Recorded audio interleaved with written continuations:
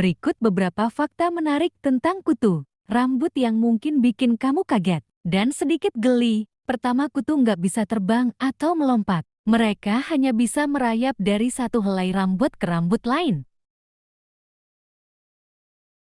Dan dalam hidupnya bisa menghasilkan sekitar 100 telur.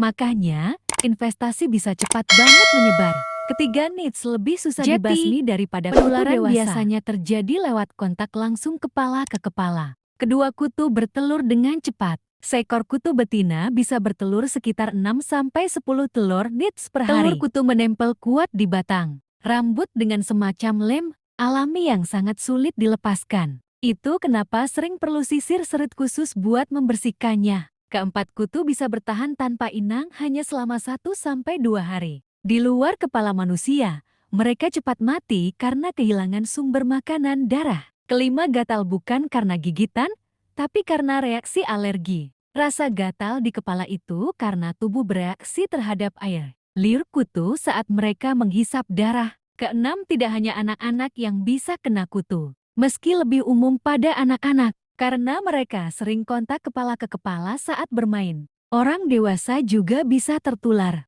Ketujuh, kebersihan bukan jaminan bebas kutu. Kutu nggak peduli rambutmu bersih atau kotor. Mereka hanya butuh kepala manusia buat hidup. Jadi, siapa saja bisa kena. Mau tahu cara pencegahan atau pengobatan alami juga? Awal mula kutu rambut sebenarnya masih jadi topik yang penuh misteri. Tapi ada beberapa hal menarik seputar asal-usulnya. Pertama, sudah ada sejak zaman purba. Kutu rambut nama ilmiahnya Pediculus humanus capitis. Diperkirakan sudah hidup bersama manusia sejak ribuan tahun lalu. Fosil telur kutu bahkan ditemukan di rambut mumi Mesir kuno dan manusia purba. Kedua, evolusi bersama manusia. Para ilmuwan percaya kutu rambut berevolusi dari kutu spesies lain yang hidup di primata. Saat manusia berevolusi dan kehilangan sebagian besar rambut tubuh, kutu juga ikut beradaptasi untuk hidup hanya di rambut kepala. Ketiga, penyebaran global. Karena hidup sangat dekat dengan manusia, kutu menyebar ke seluruh dunia seiring migrasi manusia.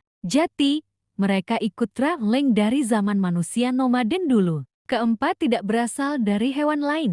Berbeda dari anggapan umum, kutu rambut tidak berasal dari hewan peliharaan seperti kucing atau anjing. Mereka spesifik hanya bisa hidup di kulit kepala manusia. Kutu ini emang penumpang gelap yang udah lama numpang hidup bareng manusia. Mau kupas juga soal cara alami buat ngusir kutu?